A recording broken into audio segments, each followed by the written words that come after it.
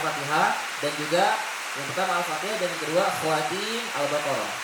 Dua penutup surat Al-Baqarah. Udah, gak hafal Al-Baqarah kita, jangan sampai gak hafal doa terakhir. Kenapa? Karena nanti tidaklah seseorang meminta di dalamnya itu melainkan itu semuanya sudah dicukupkan. Kalau kita lihat di dua terakhir Al-Baqarah ini ada apa aja?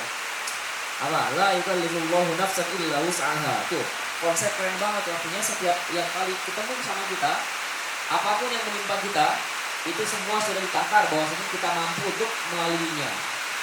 Maka jangan sampai pernah mengeluh yang sifatnya itu apa ya? Keluhan yang melemahkan citra kita di hadapan Allah Subhanahu wa taala. Ini sekarang ini kita dikasih hujan karena Allah tahu, kalian ini para pejuang semua tidak akan mengeluh. Justru kalian ada tipikal yang akan menikmati hujan saat katakanlah orang lain mikirnya sekarang yang namanya abyung. Wa asa an takrahu syai'a wa huwa khairul lakum wa asa an tuhibbu syai'a wa huwa syarrul lakum wallahu ya'lamu wa antum la ta'lamun. Karena Allah tahu kalian itu pasti akan mensyukuri segala apapun yang ada.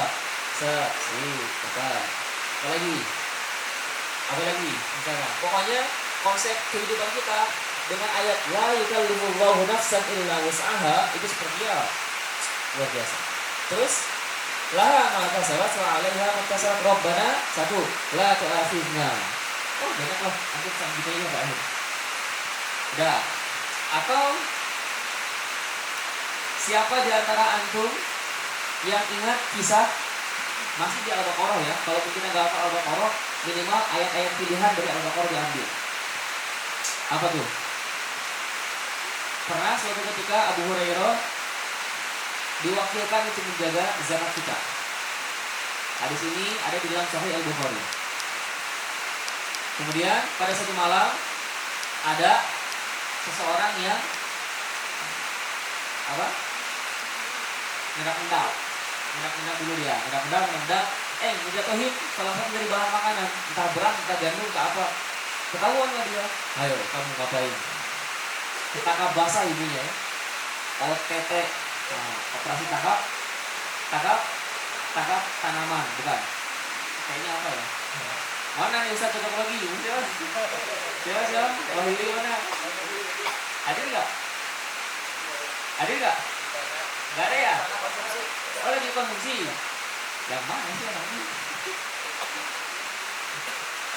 Oke, yang ngusulin apa aja kemarin? Abatasa, apa lagi?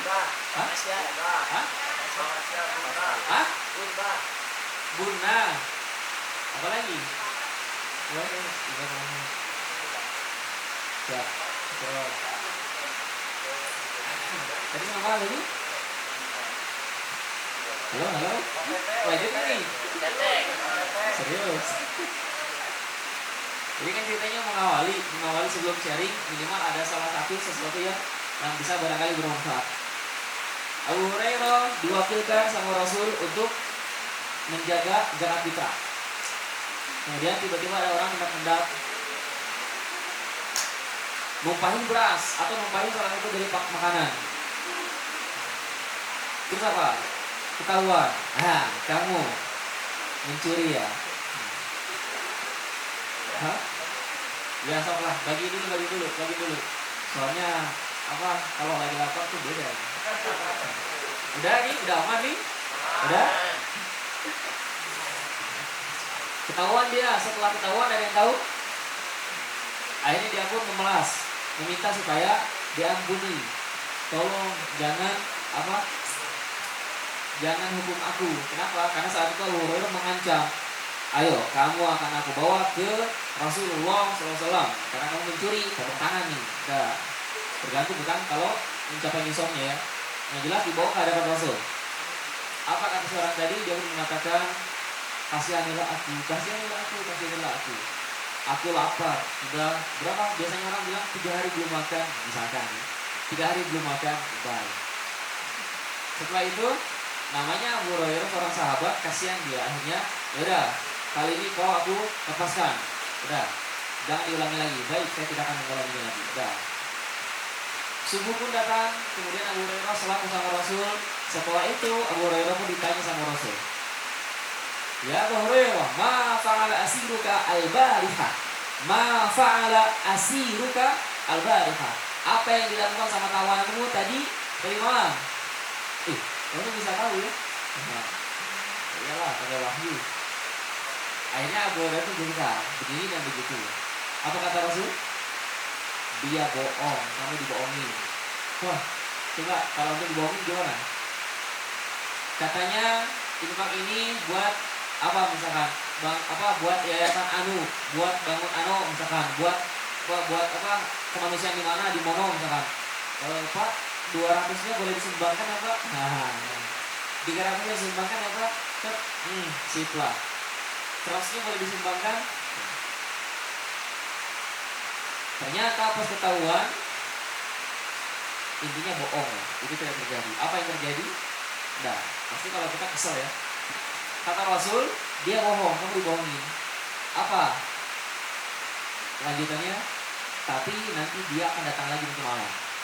Keren ya, bisa tahu.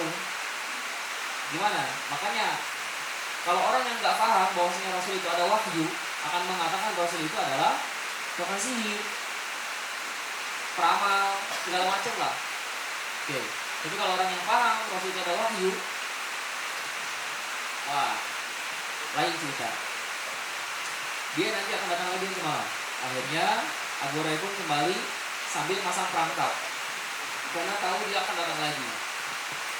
Ternyata benar seperti ini disampaikan oleh Rasul, dia datang lagi. Pak, ketahuan, hayo kamu, kamu yang kemarin kan, ternyata kamu bohong. Pokoknya udah, sekarang saya tidak akan mengampunimu lagi. Kemarin kamu sudah melakukan dan menjadi tidak akan melakukannya lagi. Ini mah versi, katakanlah versi anak, improvisasi. Intinya dia ketahuan dan Abu Hurairah pun menyidangnya. Setelah disidang, dia pun kembali membuat permintaan maaf dan tolong kasihanilah kita yang anak istriku belum makan. Kalau tadi dia belum makan, sekarang keluargaku punya keluarga dan keluargaku belum pada makan. Lapar intinya nggak tahan mengumpulkan. Makanya kalau kasihan aku, setelah ini aku berjanji tidak akan mengulanginya lagi. Ya, aku tidak akan mengulanginya lagi. Ya, karena di Abu Hurairah merasa ngiranya dia adalah level sahabat ya, maksudnya level orang yang sejaman dengan beliau. Ya udah percaya. Nah, kalau gitu kamu tidak akan mengulangi lagi. Saya dilepasin lagi. Setelah itu datang subuh, Rasul pun kembali bertanya, wahai Abu Hurairah, ma fa'ala asiruka al-barihah? Apa artinya?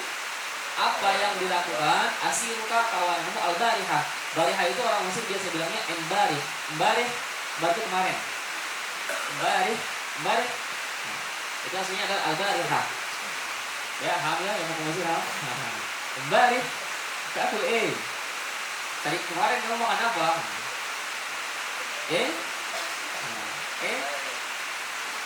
Ini apa nih? Ini? Bahasa Arabnya apa? Kantalub. Apa? Kantalub. Melon. Apa nih? Ini apa nih? Enggak, ini bahasa Indonesia apa? Say. Ini bahasa Indonesia apa ini? Apa namanya ini? Temulawak. Gandrek. Apa nih? Al-Gandreki. Pokoknya yang nggak ada di Arab sana, pakai bahasa Indonesia aja. Kenapa? Karena kata-kata gandrek itu akan diserap sama bahasa Arab. Buah rambutan. Sekarang yang disebut rambutan kan? Bahasa Arabnya apa? Rambutan atau rambutan? Iya, rambutan. Durian bahasa Arabnya apa? Durian. Pokoknya yang nggak ada di sana, dia akan pakai bahasa di mana dia ditemukan atau ada. Apa lagi? Udah, nanti terlalu panjang. Coba apa lagi? Pertemuan kedua sama Rasul.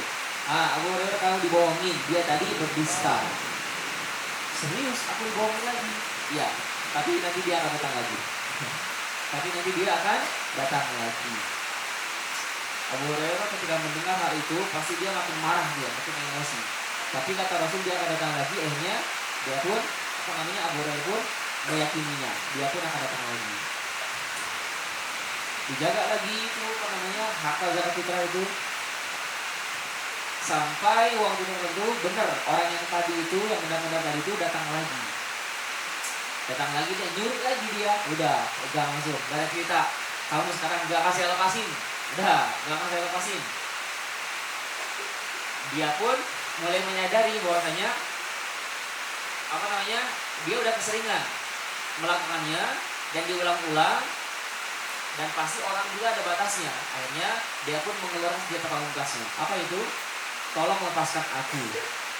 Dia sebelumnya tahu bahwasanya para sahabat itu orang yang paling semangat terhadap ilmu. Pokoknya kalau ada ilmu itu, mereka itu luar biasa itu. Sampai bela-belain Umar bin Khattab itu ketika talaki sama Rasul. Umar itu dia punya kebun di daerah yang cukup tinggi, pokoknya di Madinah. 2 orang atau lebih orang yang menjaga kebun tersebut itu sampai berganti-gantian. Supaya apa? Supaya bisa talaki sama Rasul. Makanya ini nanti akan menjadi yang menjadi landasan bahwasanya nggak semua para sahabat itu selalu standby ketika Rasul itu dapat wahyu. Ya. Tapi satu orang sahabat dia selalu standby. Siapa dia? Zaid bin Thabit. Pokoknya mereka adalah orang yang paling semangat kalau mendengar ada ilmu di sana. Udah. Akhirnya si orang tadi pun mengatakan, tolong lepaskan aku. Kalau engkau melepaskan aku, maka aku akan ajarkan kau satu kalimat yang akan bermanfaat untukmu. Wah, Abu Hurairah begituin, mulai berubah pikiran dia. Coba lihat, kebayang nggak? Antum ada orang yang mencuri nih, ketangkep sama antum ya?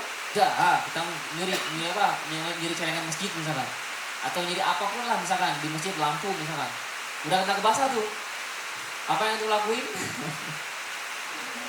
Udah, di Indonesia tahu lah ya.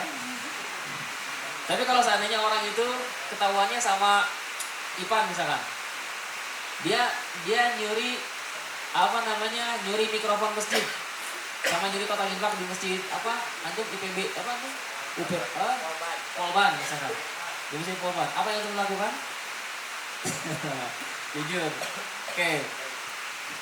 Entahlah ya, macam-macam bisa. Dia hubungin hubungin teman-temannya atau apa. Abu Hurairah dia namanya sahabat, mana ada takut-takutnya dia. Pokoknya kamu tidak akan aku lepaskan. Tolong lepaskan aku, nanti akan aku ajarkan. Nah dia biasa mantu gitu kan. Tolong lepaskan aku akan mengajarkan satu ilmu yang bermanfaat. Apa yang akan antum tanggapin? Yang ada kayaknya digaplok.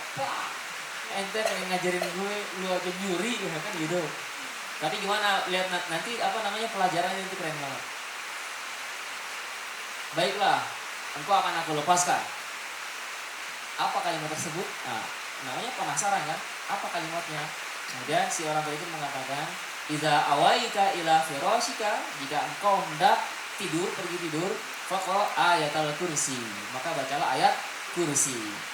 Kenapa? Karena dia akan melindungimu sampai ketika engkau bacanya di malam hari sampai pagi. Ketika engkau baca pagi sampai malam. Tidak akan fala yaqrabanaka syaitan. Sekali-kali syaitan tidak akan mendekatimu. Mendekati saja tidak, apalagi mengganggu. Mendekati saja tidak, apalagi mengganggu. Nyamuk karena tahu antum pakai lavender misalnya. Nah,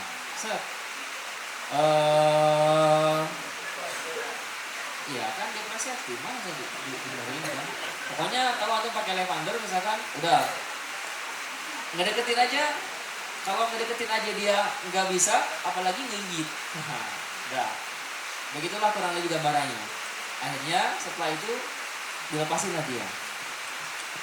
Kemudian datang waktu subuh, langsung Rasul pun kembali nanya, "Wahai Abu Hurairah, apa yang kau lakukan sama kawanan tadi malam?" Begini dan begitu.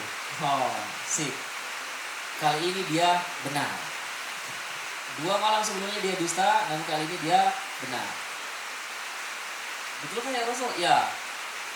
Apakah alamu? Apakah engkau apakah engkau tahu siapa yang engkau berbicara selama 3 hari ke belakang?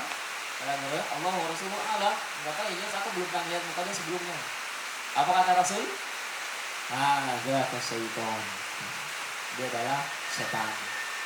Setan yang menampakkan diri dalam wujud manusia. Udah, Benar apa yang dikatakan oleh setan. Ayat kursi itu adalah yang tidak akan ketika seorang dibaca tidak akan didekati. Teksnya itu adalah tidak akan didekati. Dah, hadis ini diriwayatkan oleh Imam Bukhari. Pelajarannya apa? Pelajarannya Al-Quran itu secara umum dia benar-benar cahaya. Bukan hanya sekedar cahaya, dia benar-benar apa? Ketika antum ada Al-Quran di dada, kalau seandainya antum paham apa yang antum hafalkan, satu persatu dikaji, diteliti dari mulai lapisan terluarnya yaitu terjemah. Dari terjemah itu lebih dalam lagi ke tafsir, tapi tafsir itu antum harus punya ilmu-ilmu ilmu-ilmu alat yang sampingannya supaya bisa kalau mau ngambil ikan, tahu antum di kolam itu ada ikan, bisa langsung ngambil pakai tangan nggak? Harus punya alatnya dulu. Semakin canggih alatnya antum semakin keren, antum bisa menangkap ikan tersebut. Anggaplah makna butiran-butiran makna yang terkandung dalam Al-Quran itu dia nggak bisa diambil melainkan harus dengan alat yang canggih. Dan alat yang canggih itu kalau Imam As-Suyuti, Jalaluddin As-Suyuti dalam kitabnya Al-Itqan itu ada 15 kunci seseorang itu untuk bisa memahami, untuk menjadi seorang mufassir itu dia ada 15 ilmu. Salah satunya adalah ilmu qiraah. Salah satunya. Nah, ikhwah sekalian, Al-Quran ya, kalau kita berbicara tentang Al-Quran, pernah gak antum berpikir ketika orang lain bisa menghafalkan ayat demi ayat dan konsisten? Atau gini dulu, dari level yang paling rendah dulu ya, taksir. Ketika orang lain Islam, saya juga Islam, tapi dia bisa membaca Al-Quran dengan baik dan benar dengan fasih, sedangkan saya terbata-bata. Kemudian dia konsisten dalam belajar, sedangkan saya baru belajar 5 menit, godaannya 5 jam misalkan. Baru mau buka mushaf, ingat, pulpen karena pengen nambahin, akhirnya nyari pulpen sampai bela-belain pergi ke toko pulpen. Jalan ke toko pulpen aja udah berapa menit itu, udah. Pernah nggak tuh kayak gitu? Cuma bela-belain buat jadi pulpen atau nyari alat buat nandain, gak ada. Nah hajakeun lah istilahnya lah, nyari. Akhirnya pas balik udah capek, nggak jadi lagi ngajinya. Nah, baru aja buka, jemuran. Mau hujan nih bisi hujan, mau jemuran dulu. Pernah nggak kayak gitu? Sip lah. Antum lagi kangen pengen ngaji, baru pengen ngaji, nggak ada mushaf. Cuma kalau kemana-mana selalu bawa mushaf, pengen ngaji, tinggal bawa mushaf. Sekarang siapa di antara antum megang mushaf? Tuh kan banyak yang gak megang kan? Ini sedikit menandakan seberapa penting mushaf di tangan antum. Karena nggak berbicara HP ya. Pokoknya beda banget, jauh lah bagikan langit dan bumi, kedudukan mushaf diganti sama apa itu nggak akan bisa. Kenapa? Pertama, mushaf ini sudah banyak catatan hidup kita. Di sini juga banyak catatan-catatan kita, tulisan-tulisan kita, goresan-goresan, ayat-ayat yang suka ketukar-ketukar, kemudian ayat-ayat katakanlah mutasyabihat, kemudian dikasih tanda warna ini gini, warna itu begitu. Nggak bakal ada di HP. Ya. Antum pernah nggak beli mushaf ya, Al-Quran beli, kemudian 7 tahun antum bersama sama Al-Quran tersebut, kemudian harus berpisah karena perkara yang sepele. Karena apa? Karena ngantuk naik mobil, lagi mulai jalan jadi kan, naik mobil saat ngantuk ketiduran jeblok jatuh kan, pas si supirnya itu ngebangunin, bangun, udah sampai. Karena kita pun panik kan, akhirnya langsung kita turun. Ya, setelah turun, pas pengen ngorok saku lagi ya ngorok saku, udah. Apa bahasanya? Merogoh, siap. Merogoh saku. Kurang mana nih? Akhirnya hebohnya minta ampun, telepon sana, telepon sini, telepon supir kalau saat ini supir angkotnya, cari komunitas angkotnya tuh nggak ketemu. Stresnya minta ampun. Seminggu itu gak hilang stresnya itu. Pernah nggak kayak gitu? Pernah? Oh kalau pernah luar biasa. Ya. Atau antum tipikal orang yang sekarang ada mushaf terbaru itu sampulnya unik deh. Oh iya bener serius, beli. Ada mushaf khusus wanita, beli sih. Ada mushaf khusus, khusus yang apa yang ada hot-hotnya atau macam-macam lah, apa namanya sambil kita belajar nulis, oh iya, sip, beli, dibaca enggak. Maksudnya persentase dibacanya itu hanya berapa persen aja. Tapi semoga antum yang hari ini enggak seperti itu. Nah, pokoknya nanti ada bagian segmen khusus. Imam Nawawi mengatakan dalam kitabnya bagaimana interaksi kita sama mushaf. Kalau seandainya antum sampai tahu keutamaan mushaf, keutamaan ini, antum ini sehari tanpa ini atau sekali jalan pergi kemanapun, bahkan main badminton sekalipun, nggak bawa ini, stres antum. Keluar rumah, lupa kurang nggak dibawa, beli-beli balik lagi buat ambil ini doang. Ada yang seperti itu? Mau ke kuliah, ketinggalan mushaf saya balik di rumah. Nah, kalau belum ada, tanyakan lah. Sekarang ini berapa persen saya ini sama Al-Quran sama mushaf ini, pokoknya keterkaitan saya sama mushaf berapa persen? Karena barangkali ketika antum nggak mau terpisah dari mushaf tersebut, dari Al-Quran tersebut, itu adalah tanda Al-Quran yang nggak mau terpisah sama antum. Barangkali. Nah, barangkali ketika antum selalu ingin dekat dengan Al-Quran, itu karena Al-Quran yang selalu ingin dekat dengan antum. Dan barangkali saat orang lain menanti susah, pas lagi sakit misalkan, susah dia pengen ngaji, boro-boro pengen ngaji, yang ada di ngajiin sama orang lain, walaupun entah tajwidnya seperti apa, shin ketukar sama jim, misalkan jim ketukar sama zain dan seterusnya. Barangkali karena antum terbiasa sama itu, antum murojaah itu ringan aja, murojaah aja. Ya, barangkali. Ya, jadi kawan sekalian, rasanya nggak akan cukup waktu ini untuk berbicara tentang betapa dahsyatnya Al-Quran dalam kehidupan kita, terasa langsung ataupun tidak langsung, tetapi yakinlah bahwasanya kita ini benar-benar fakir tanpa Al-Quran. Kita ini benar-benar hampa tanpa Al-Quran. Dan satu ayat yang antum pahami sampai tingkat lapis makna terdalam, satu ayat aja yang antum pahami sampai tingkat lapis terdalam, wah itu luar biasa. Apa yang antum pahami dari Al-Fatihah, dari kata Alhamdulillahi Rabbil Alamin, Alhamdu saja. Kemudian Ar-Rahman, Ar-Rahim. Kenapa bukan Ar-Rahim dulu setelah itu Ar-Rahman? Dan seterusnya, mantap lah pokoknya. Nah, insya Allah, misalkan gini, masih melanjutkan yang tadi ya. Ketika orang lain bisa baca Al-Quran dari level terbawah dulu, kemudian dia fasih, kemudian dia konsisten istiqomah, sedangkan saya nih boro-boro konsisten istiqomah, tapi kehidupan saya lebih mapan daripada dia, misalkan itu adalah dari istidraj. Teguran dari Allah Ta'ala kepada kita ketika orang lain mampu melakukan hal tersebut, padahal kita juga mampu melakukan hal tersebut, merenunglah. Barangkali itu Allah sedang menegur kita. Dan bukan sebaliknya, lakal. Ketika orang lain selalu kemana-mana mampu, anak kan orang manusia juga kan.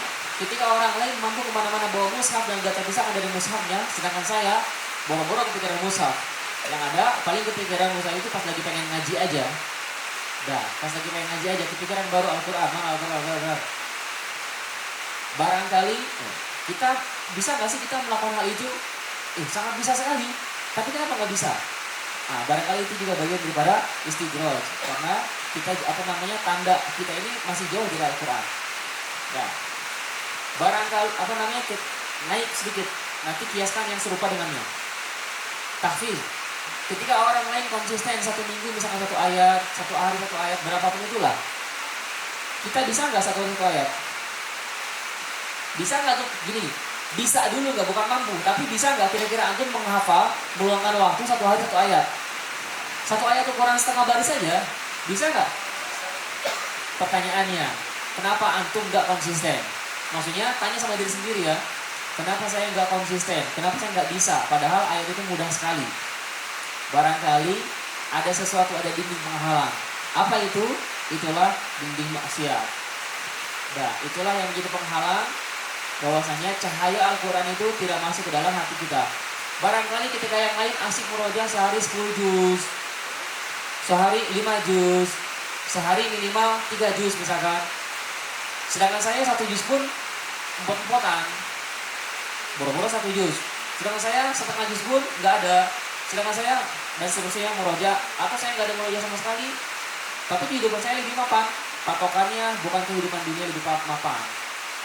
Karena bisa jadi ketika dia lebih mapan padahal dia tidak melakukan ibadah seperti ibadahnya dia, itulah istidraj juga. Nah, naik level. Ini masih seputar Al-Quran. Saya hafal Al-Quran, misalkan yang tua hafal Al-Quran. Dia hafal Al-Quran juga. Tapi semangat dia untuk mendalami Al-Quran lebih jauh, misalkan ke tafsir lah, ke qiraat lah. Kok dia sesemangat itu ya, sedangkan saya merasa sudah cukup. Saya udah hafal nih, udah tinggal ngajar aja sekarang. Dan sedangkan dia masih sibuk terus mencari gitu. Sampai anak pernah dikatakan gini, itu belajar terus emang nggak bosan, nah, sampai kayak gitu. Padahal dibilangin bukannya kamu udah selesai, S1 udah selesai, apa namanya Al-Quran juga udah hafal, bukannya udah selesai, emang nggak bosan gitu. Ketika orang lain beli satu buku itu kayaknya mikir dulu ya, yang kadang-kadang beli 10 kardus karton besar yang harganya lumayan lah, beli motor dapat motor apa itu. Nah, itu bisa seperti itu walaupun apa namanya kondisinya beda lah ya. Barangkali itu adalah tanda bahwasanya barangkali ya, ini bukan ngomongin kepada pribadi tetapi lebih kepada dari pengalaman ini, karena biar kita langsung dari pengalaman orangnya. Cara berpikir kita ternyata itu kuncinya. Pertama, cara berpikir kita adalah kalau dia bisa kenapa saya nggak bisa? Nah, bisa nggak gitu? Kalau dia bisa berenang, kenapa saya nggak bisa? Nah, cuma satu aja sih sebenarnya. Walaysa bainahu wa baina tarhihi illa riyadatun bi faqih. Itu makna luar biasa luasnya. Siapa pemain bola paling terkenal di dunia? Si apa? Yudi. Nah, misalkan Leo Yudi misalkan. Lionel Yudi misalkan.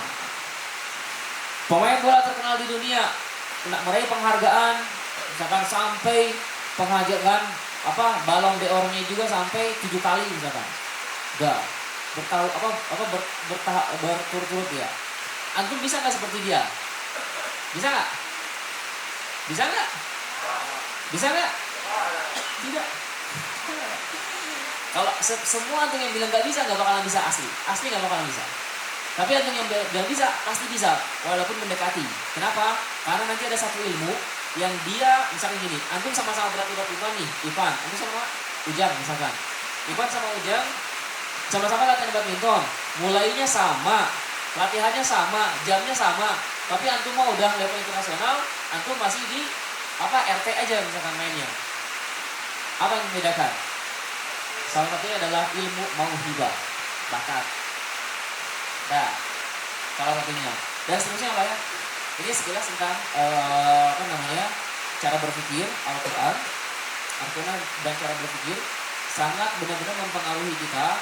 Engkau akan menjadi seperti apa yang engkau pikirkan. Hanya masalahnya kamu mau nggak mikirin itu. Udah. Antum pengen punya, antum misalkan yang lagi berjualan, berdagang atau berbisnis.